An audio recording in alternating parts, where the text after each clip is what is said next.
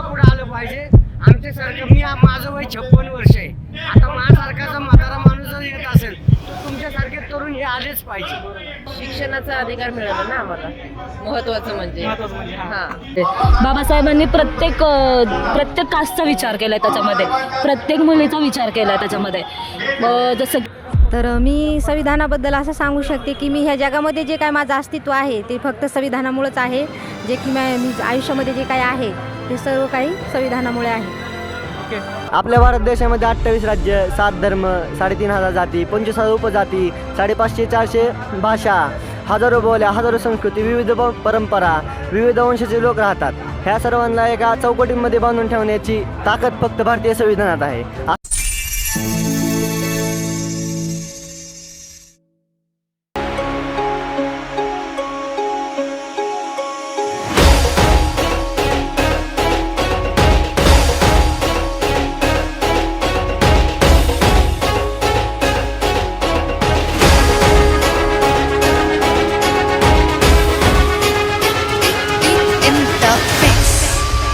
शेळीहून 100 दिवस जगण्यापेक्षा वाघ होऊन 1च दिवस जगा.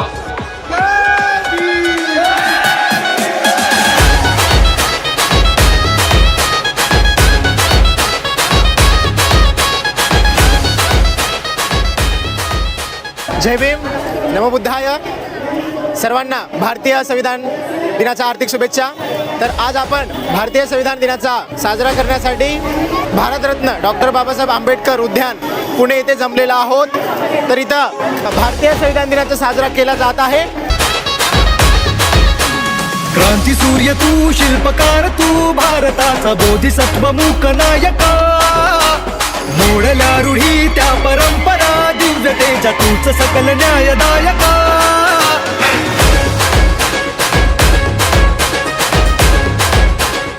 तर इथं खूप सारे आपल्या तरुण पिढी इथं जमलेले आहेत. तर त्यांना संविधानाबद्दलची मत आणि प्रेरणा आपण इथं जाणून घेणार आहोत. संविधान म्हणजे काय? संविधान म्हणजे भारताला दिलेली एक राज्यघटना आहे, ज्याच्या पायावरती आज म्हणजे बेस म्हणू शकतो आपण, ज्याच्यावरती भारत देश सुरू आहे, चालतो आहे, ज्याचा कारभार आज आपण म्हणजे बघू शकतो. आज जर आपण समाज बघितला, एक गावातला झोपडपट्टीतला व्यक्तीसुद्धा आज उच्च पदाला जाऊ शकते. हे कशामुळे? हे संविधानामुळे. संविधानाने आपल्याला समानतेचा हक्क दिलेला आहे, संविधानाने आपल्याला इक्वॅलिटीचा हक्क दिलेला आहे. म्हणजे असं नाही का भेदभाव वगैरे. जर आज आपण त्याच कंडिशनमध्ये असतो तर आज आपण जशा आजच्या कंडिशनमध्ये नवीन वस्त्र धारण केलेले आहे, किंवा आपण म्हणू शकतो की एवढा पेशाव आपण केलेला आहे, तो आज नसता. हे कशामुळे झालेलं आहे? हे संविधानामुळे झालेलं आहे. धन्यवाद. तर इकडे काही तरुण पिढी बसलेले आहेत. तर यांना विचारू, या तरुण पिढीसाठी संविधान जाणून घेणं आणि त्यामधील आर्टिकल जाणून घेणं का महत्त्वाचे आहेत? आता प्रत्येक व्यक्तीला मौलिक अधिकार भेटलेला आहे आणि ते मौलिक अधिकार माहिती असायला हवे. तुम्हाला कोणी पण येऊन काहीही करू नाही शकत, कारण ह्या देशामध्ये संविधान आहे आणि हा संविधान म्हणजे ह्या देशाचा आत्मा आहे. एवढंच म्हणू शकतो, आत्मा आहे, संविधान आहे. ओके, धन्यवाद. या कार्यक्रमाबद्दल आणि संविधानामध्ये आपल्या डॉक्टर बाबासाहेब आंबेडकरांची देणगी कशा प्रकारे आहे हे आपण जाणून घेऊ. बाबासाहेबांची देणगी ही खूप मोठी आहे, जे संविधानात जसं की पूर्ण संविधानच त्यांनीच लिहिलेलं आहे. आणि आजचा कार्यक्रम खूप मस्त झाला. धन्यवाद. तरी इथे आपल्या जवळ काही तरुण पिढी आहे, तर संविधानाबद्दल तरुण पिढीचं आजच्या मत काय आहे ते आपण जाणून घेऊयात. तर या माया चला सोबत. तर जय भीम मित्रा. जय भीम. तर मी तुला काही प्रश्न विचारू शकतो का? हा, नक्कीच. तर मला हे सांगशील का संविधान म्हणजे काय असेल नेमकं? सर्वप्रथम जय भीम सगळ्यांना. संविधान हा एक असा नियम आणि कायद्याची संच आहे जे कोणत्याही राष्ट्राला आणि देशाला चालवण्यासाठी बनवला जातो. थँक्यू. धन्यवाद मित्रा. आजच्या पिढीला संविधानाची माहिती आहे हे ऐकून फार बरं वाटलं. तर मित्रांनो, आपल्या पाठीमागे काही महिला पोलीस कर्मचारी बसलेले आहेत, तर आपण त्यांना थोडं विचारूयात. ताई, मी तुम्हाला संविधानाबद्दल काही प्रश्न विचारू शकतो का? तर मला असं विचारायचं होतं की एका स्त्रीच्या जीवनात संविधानाचं काय महत्त्व आहे याबद्दल तुम्हाला काय वाटतं? शिक्षणाचा अधिकार मिळाला ना आम्हाला, महत्त्वाचं म्हणजे. हां. काय तुम्हाला काय वाटतं?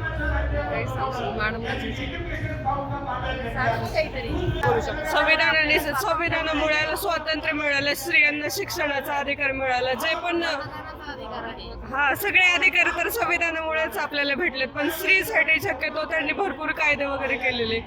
सगळ्यात महत्वाची गोष्ट नोकरीमुळे स्त्री सशक्तीकरण मिळाले, आरक्षण मिळाले खूप जास्त. तर या ताईंचं असं मत आहे की नोकरीमध्ये, शिक्षणामध्ये जे म्हणजे संविधानामुळं मिळालेले आपल्याला अधिकार आहेत त्या अधिकारांचा म्हणजे सर्व महिलांना म्हणजे लाभ घेता आलेला आहे आणि पुढेही त्यांनी घ्यावा अशी.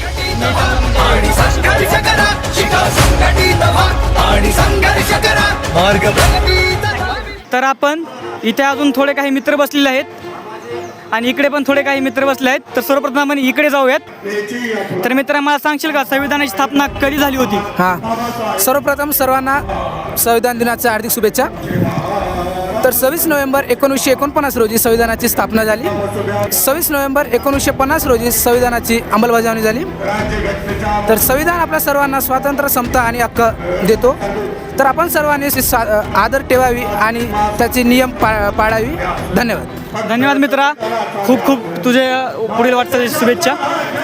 तर इथे आपले काही मित्र बसलेले आहेत, तर यांनाही आपण थोडे जाऊन प्रश्न विचारूयात. तर चला.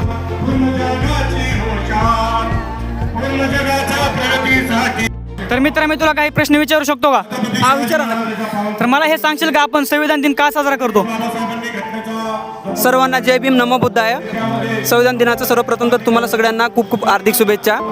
आज 26 नोव्हेंबर हा दिवस संविधान दिन म्हणून का साजरा केला जातो? खूप चांगला प्रश्न विचारला तुम्ही. 26 नोव्हेंबर 1949 रोजी संविधान दिन प्रत्यक्ष रूपात स्वीकारण्यात केली गेली होती आणि तेव्हापासून जर का आतापर्यंत आपण बघितलं तर त्याला संपूर्ण 74 वर्ष पूर्ण झाले आहेत.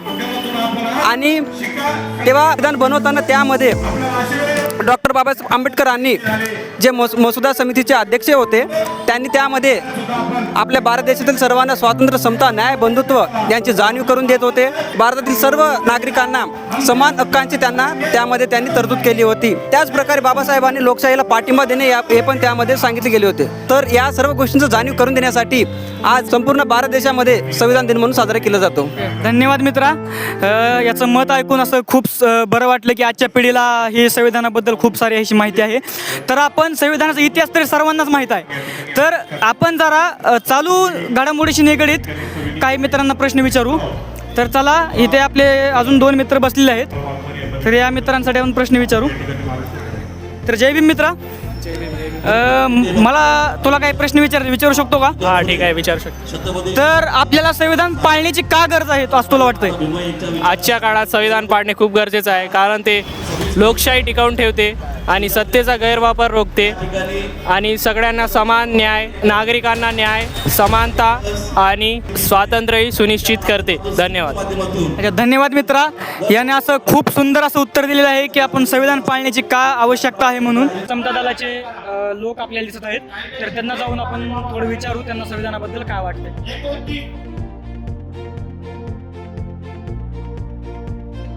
जय भीम दादा. तर मला तुम्हाला काही प्रश्न विचारू शकतो का? तर आपल्या संविधानाची जोपासना करण्यासाठी तरुण पिढीला तुम्ही म्हणजे काय संदेश द्याल किंवा त्यांच्याकडून काय अपेक्षा कराल? तरुण पिढीने दररोज विहारात आलं पाहिजे. विहार हे ज्ञानाचं घर आहे. तुम्ही विहारात जर आलं तर तुम्हाला 100% बाबासाहेब कळेल, महात्मा फुले कळेल, बुद्ध कळेल, शाहू कळेल. बुद्ध विहार हे ज्ञानाचं घर आहे. प्रत्येक रविवारी बाबासाहेबांनी सांगितलं की प्रत्येक रविवारी आपण विहारात आलं पाहिजे आणि पूर्ण ताकदीने आपली तरुण पिढीने तर स्वतःहून पुढे आली पाहिजे. परंतु आपली तरुण पिढी काय झाली की चंगलवादाच्या वाद्यामध्ये अडकली आणि ते त्याच्यातून बाहेरच पडाना.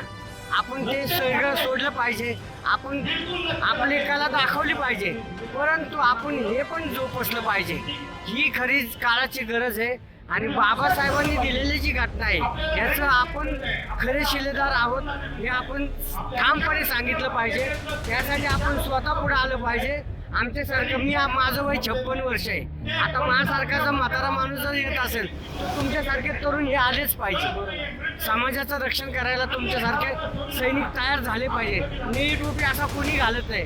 ज्याच्या अंगामध्ये रक्त आहे, रगत आहे, जो लढू शकतो तोच घालू शकतो. आम्ही सर्वजण सैनिक आहोत आणि आम्ही समाजाचं रक्षण करतो, म्हणून आज आम्ही इथं आहोत. एवढंच आजच्या दिवशी खरं महत्त्व आहे. धन्यवाद दादा.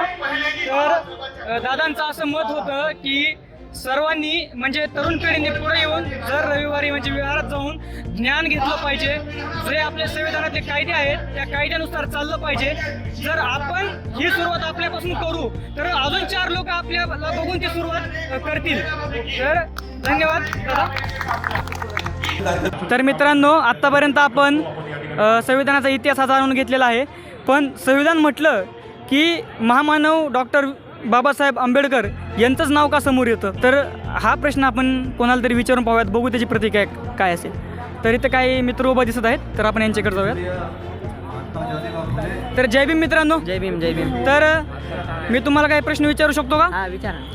तर आज संविधान दिनाच्या सर्वप्रथम तुला खूप खूप शुभेच्छा. तुम्हाला पण संविधान दिनाच्या ओके, धन्यवाद. शुभेच्छा. आणि मला हे तुला प्रश्न विचारायचा आहे की आज संविधान दिना दिवशीच महामानव विश्वरत्न डॉक्टर बाबासाहेब आंबेडकर यांचंच नाव का समोर येतं, बाकी कोणाचे नाव का समोर येत नाहीत? डॉक्टर बाबासाहेब आंबेडकर हे मसुदा समितीचे अध्यक्ष होते. 1947 रोजी डॉक्टर बाबासाहेब आंबेडकरांच्या नेतृत्वाखाली मसुदा समितीची स्थापना केली होती. या समितीमध्ये एकूण 7 सदस्य निवडले गेले होते.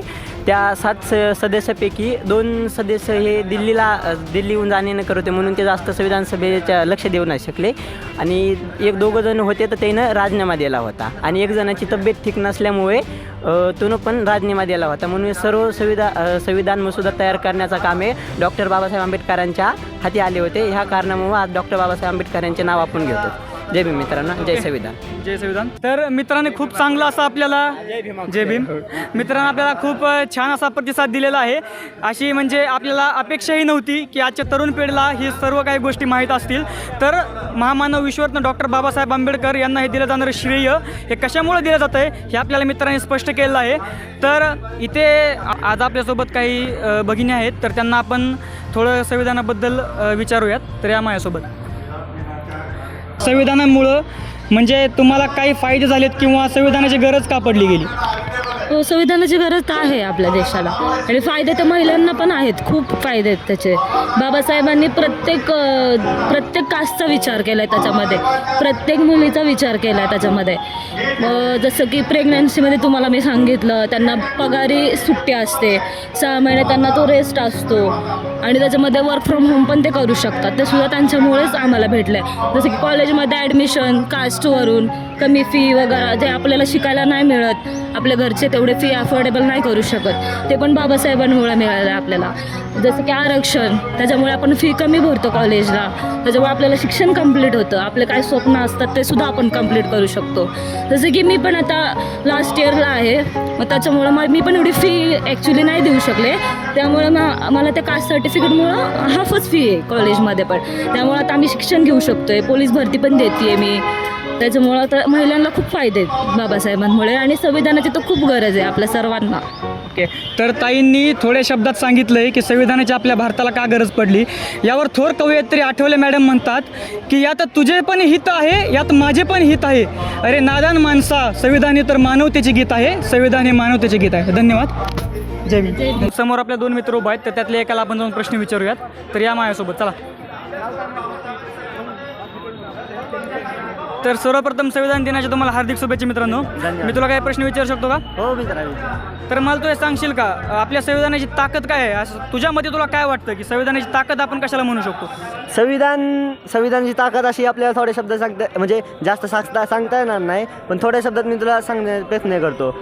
आपल्या भारत देशामध्ये 28 राज्य, 7 धर्म, 3500 जाती, 25,000 उपजाती, 550-400 भाषा, हजारो बोल्या, हजारो संस्कृती, विविध परंपरा, विविध वंशाचे लोक राहतात. ह्या सर्वांना एका चौकटीमध्ये बांधून ठेवण्याची ताकद फक्त भारतीय संविधानात आहे असं मला वाटतं.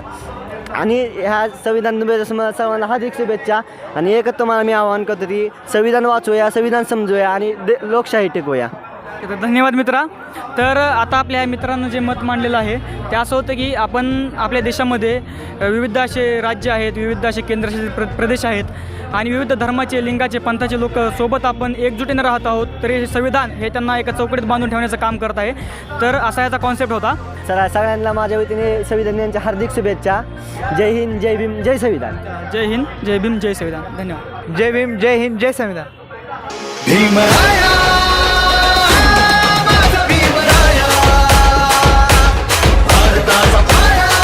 सर्वप्रथम ताई तुम्हाला संविधान दिनाच्या हार्दिक शुभेच्छा. तर तुम्हाला या संविधानाबद्दल काय वाटतं हे तुम्ही काही थोड्या शब्दात सांगू शकाल?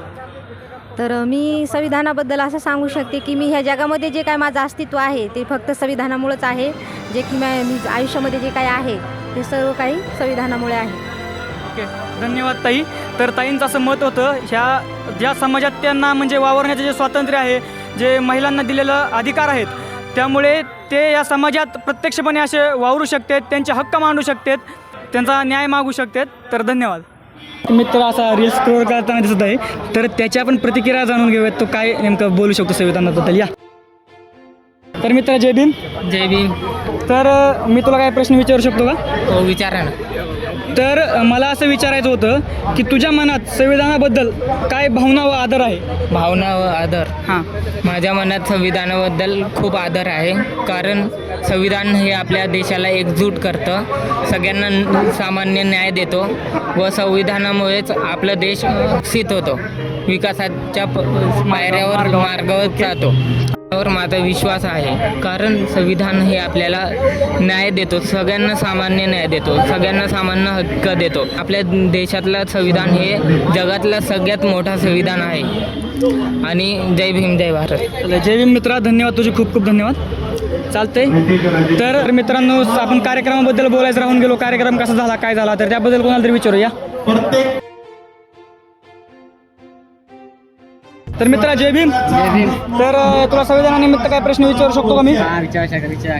तर मला एवढं विचारत होतं, हा जो आता आपण कार्यक्रम पाहिला, जे संविधान दिनाचा जो कार्यक्रम साजरा झाला खूप सुंदर असा, तर या कार्यक्रम कसा साजरा झाला याबद्दल तुला काय वाटतं?